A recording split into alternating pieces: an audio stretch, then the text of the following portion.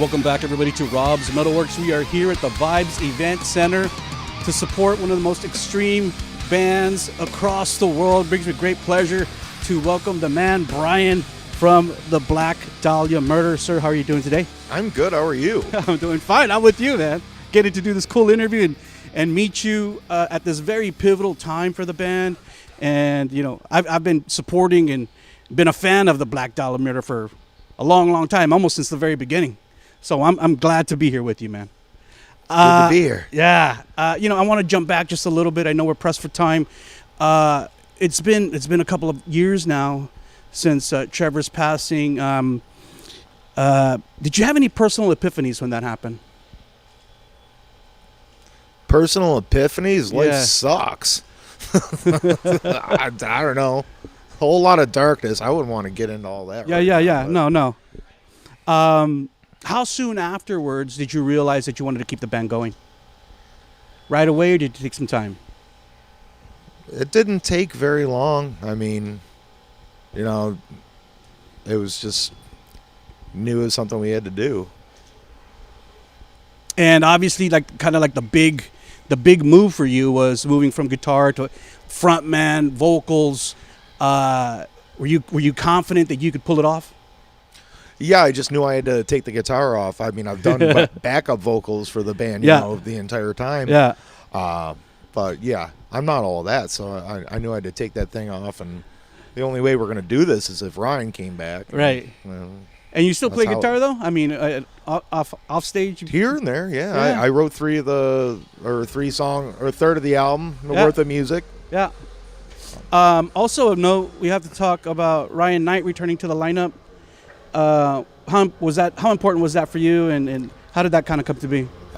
It was the only way to do it that we felt comfortable with. And so, you know, we asked him, you know, if we want to do this, but we want you to be there with us if we're going to do it. And he was like, yeah, I'll be there. Cool. So, cool.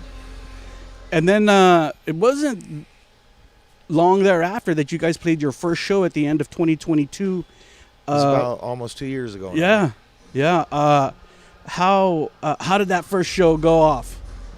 I mean, we had Blast Fiends and Dahlia fans from all over the world come to Detroit for this, you know, memorial show, and there was also like us showing the world like this is how we're gonna do it, and if you want to be here, cool. We're gonna do it anyway if you don't want to be here. But people showed up, and it was a huge, very emotional experience. Yeah. Well, it seems like everything is working out well, man, and I'm happy to see that for the band. We're rolling with the wind, like as we've been since we started. So. Yeah. Okay, let's get into the real reason why we're here, and that is to support your brand new record. Servitude came out at the end of September, everybody, out on Metal Blade Records. So if you don't have it yet, you can have it. Go ahead and take a look at the artwork right now. Be sure to look for it on all your music media outlets. Once you finish watching this interview, 10 new tracks. One of the tracks is like a really cool interlude. Were these all new songs, or were these kind of songs that you had in the bank? Some of the, like Mammoth's Hand was a song that Ryan had written years ago by himself as just kind of like an instrumental piece. And I actually, when he brought it forward, I was like, yeah, well, we got to change the tuning on it or change the key. And he was like, I really want you to stick to this. He had this like lead guitar line that was kind of going over the whole thing. He's like, I've been putting this thing together for years, and like, I really need you to stick to the rhythm of that. Right. That lead, don't fuck it up. Lead line on there. I was like, okay, cool. That's great. That actually makes what I got to do easier, you know, go to that rhythm. But I think Brandon had some riffs or parts together that he had for a while. That he's got a lot of those, actually. He just goes in there and is like, oh, do I want to work on this one or this one? And so he had a couple of those that he just ended up fleshing out into songs, and I had to start from scratch. I actually And you just said you just penned 3 songs yourself. Yeah. So they had already finished theirs, and I kind of wanted to wait to see what they were going to pick before I, try to balance it out. What's missing. Sure.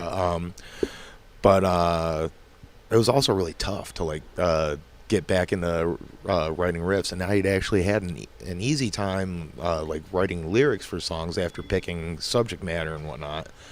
But then when it was time, I was like, oh shit, they're done. Like, I gotta get my ass moving, I gotta write some music here. Right. And it took a long time. I'd be sitting down with my guitar, for hours, day on day, and like, nah, I don't like any of this. But then I don't know, just like came up with the melody that opens the record, just fiddling around on this 12-string guitar, and I was like, oh, that would be cool on a hammered dulcimer, and then like, how do we make that chords? And that song just kind of grew out of that. And after I got done with that song, the other two are the river was flowing again.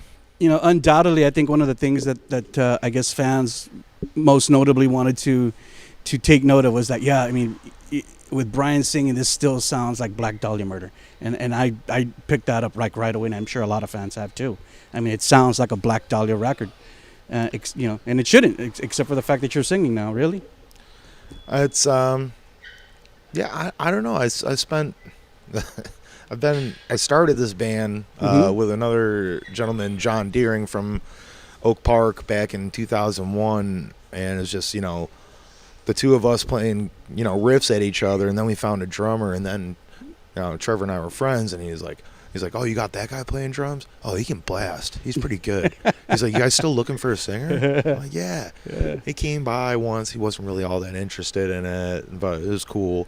And then he came back. And he was like, he just like went nuts. He pulled his pants down, showed us his asshole while he was just like improv screaming over the song. I was like, okay, I guess this is the guy. So I spent, since I was 19, 20 years old, with this dude Trevor, making music and performing with him on stage, like a couple hundred nights a year, all over the world. I felt like I knew what was supposed to happen, even though I don't have the same voice as him, but I know what kind of monster's supposed to get in there. Sure. That's a good point. If anybody knows how to front, it would be you. One of the things too that I love about this record, it just sounds so damn good on my stereo, man. Talk a little bit about where you guys recorded and stuff like that.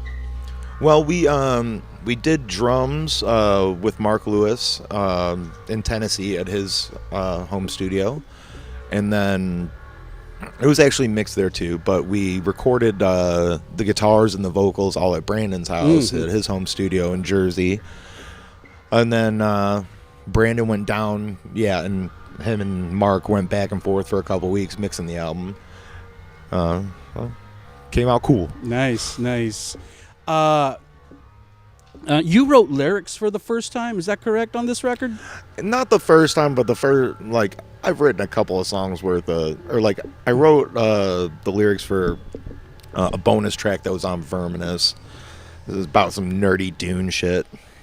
And then I had written a bonus track before that Trevor sang on I forget what album it was for, but it was in German. The first single was Aftermath. So many great songs on this record. Aftermath was the song that you guys chose as the first single. Why did you guys go with that one? We wanted to hit people with something that was familiar, and it's the fastest song on the album. Like, we wanted to just come out melodic and fast. Just a classic Black Dahlia Murder song. If we had put Mammoth's Hand out for the first thing, I think that would have been too much of a whammy for people and be like, what are they doing? This is so different, because that's kind of like a song that's kind of on the margin of what we do, a slower, groovier song, which is not the majority of our work. Right. But yeah, we wanted to hit them with something new, fresh, but also familiar. And I do have to just state on camera that I think Brandon's playing on this record is so much more, I think, than I think what traditional kind of death metal is delivering at this point. He is really kind of, first of all, developing, both of them, Ryan the tone, and Brandon. yeah. I mean, like anytime you hear something harmonized on that record, it's not just one of them laying down both the tracks. It's both of them. Yeah. Like, sounds great, to hear that kind of vibrato work between two guys is just, it's cool to have that. Because Ryan was, correct me if I'm wrong, was Brian, back when he was in the band the first time, was he a lead player? Yeah, Ryan. Yeah, Ryan. Ryan was the lead player from 2009 till about 2016. So now Black Dahlia has two lead players. Yeah, not just one. That's and great. They're going that's back cool. and forth on stage. Yeah, that's exciting. Yeah, as a guitar player, it's cool to listen to and get to perform with. Yeah, this is the band's 10th official release, and all your releases have been with Metal Blade Records. Why has that relationship endured so long?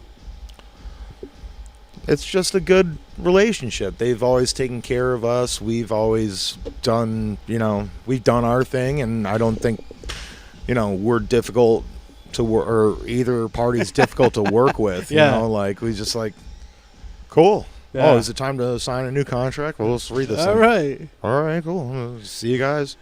See you guys in a couple months with some new material. Yeah. I think too, like the people out there that I know that they're music fans, so I think they're just fans of Black Dahlia.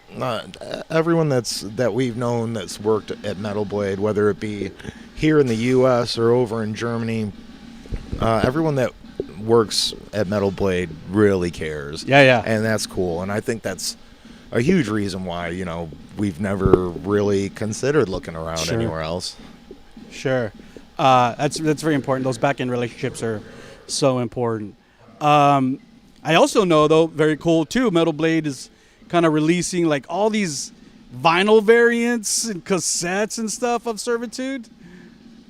We always, every album, we do some variant artwork because there's collectors that are just into it. Yeah. But we also got to, be careful about it because there have been times in the past where we just made too many variants. And we got collectors that we've known for years, and they are the hood up our product manager and be like, hey, really 12 variants? You're gonna do this in my pocket? Yeah, I saw that, man. But that's cool because there are collectors who they want every single one. Brian, as we get near the end of this interview, man, just a couple of other things. You guys have done some video work already in support of Servitude. I talked about Aftermath. And then there was Mammoth's Hand animated video, which I really think is super cool. I usually don't like animated videos, but that one was really cool. I thought he knocked it out of the park, and I didn't really know how we would do a convincing telling of that story at the live action or whatever. Yeah. The artwork was cool, and then kind of as I was watching the little story too about how these guys on these mammoths come in and fuck everybody up. Yeah, and that was a song that Ryan wrote. Yeah, and when we did it, he was like, "I want people to be able to see the lyrics while it's happening." I was like, "A lyric video? No, come on, no, really?" And he's like, "I don't know. I just think it would be cool." And I was like, well, what if it was subtitles underneath? Yeah, so you make it kind of cinematic as opposed to just words flashing at you, on the screen. Yeah, good point. And I was just about to mention that because I've never seen a lyric video like that. It helps you more focus on the story of the video of what's happening, and then kind of the more traditional kind of crazy antic Black Dahlia behind the scenes live footage with Panic Hysteria was also kind of very cool. And you guys did that this past year in the European tour? Yeah, that's all footage from us on tour this past summer in Europe, yeah. It's just us goofing around. We have a handful of videos that just seem to be that. There were some wacky scenes in there that I have to go back and check that out. So was that Brian in the back with a scooter? No. On the basketball court? We'll have something new for you this Halloween. All right, cool. Be looking forward to that. You guys right now are on the road. You guys were here in San Antonio last May, and my boy here was here to photograph. So great to have you back in the Alamo City for the Beg to Serve tour with Dying Fetus. And we're a little bit past halfway. How's this run been going for you? It's been going good. People been coming out.